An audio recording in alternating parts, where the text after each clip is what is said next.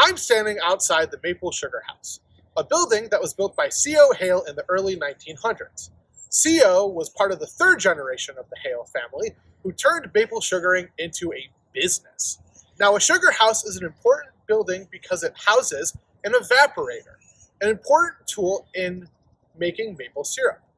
To learn a little bit more about how an evaporator works and what it takes to make a gallon of syrup, come and join us inside the Maple Sugar House. Now, a sugar house is a permanent structure that would hold the various tools and storage vessels that we would need to collect sap, as well as our evaporator, an important tool for making maple syrup.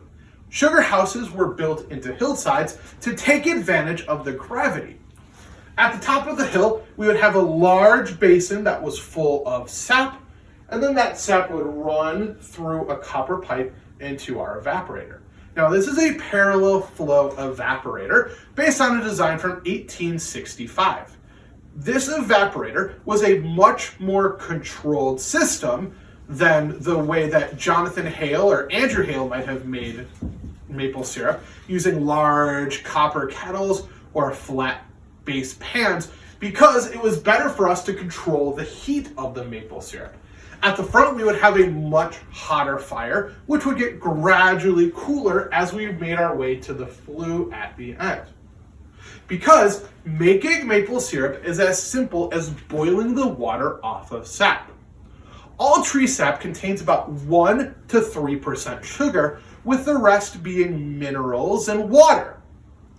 So to make syrup, we have to boil off that content until we get to a liquid that's about 66% sugar. Now, it's important to remember that for 1 gallon of maple syrup, you need about 66 gallons of maple sap that are boiled in an evaporator similar to this one. At the front is when we get our liquid that is our thickest or most dense sugar liquid, and then we have sap rolling through the rest of the system.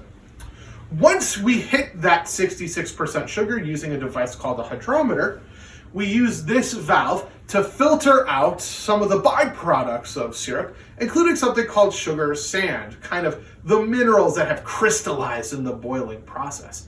Now, as we remove the syrup, that means that the liquid of the tank goes down, meaning that thanks to a float valve, we introduce more cold sap into the system. The cold sap will push along the hotter, thicker liquid through the system in a maze, making its way to this final basin. Now, the way that we heat our evaporator here at Hale Farm is a wood-burning stove. So we just make a big fire that keeps a constant heat running through our evaporator.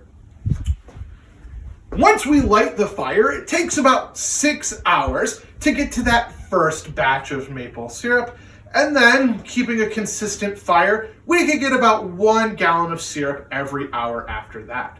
Because of the time it takes to get to that first batch, as well as the narrow season of the maple sugaring, many families would choose to keep constant fires, with families taking shifts. Now, one last thing to remember about maple syrup is that as we get longer into the season, the sugar content of sap gets lower as the trees use more sugar to grow their buds. Because of this, as we get further into the season, it takes us more sap that is evaporated for a longer period of time to get to syrup. This means that later in the season, we get a syrup that is a darker color and has a stronger maple flavor because it has to evaporate for longer. So, if you're looking at maple syrup in the store or at the marketplace here at Hale Farm, you might see that the syrup has a grade. Now, this doesn't mean that one is better than the other. This just means that it has a stronger maple taste. While we don't produce maple syrup to sell to others here at Hale Farm and Village, we are proud to continue the legacy of C.O. Hale by teaching families throughout Northeast Ohio about the process of making maple syrup. C.O. and his wife encouraged families and school children throughout Northeast Ohio to come down to Hale Farm and learn about the process. If you'd like to learn a little bit more about the Hale family, or to learn more information about the maple sugaring process, join us at our website, www.wrhs.org/maple-sugar-information. Thank you for joining us today at Hale Farm and Village.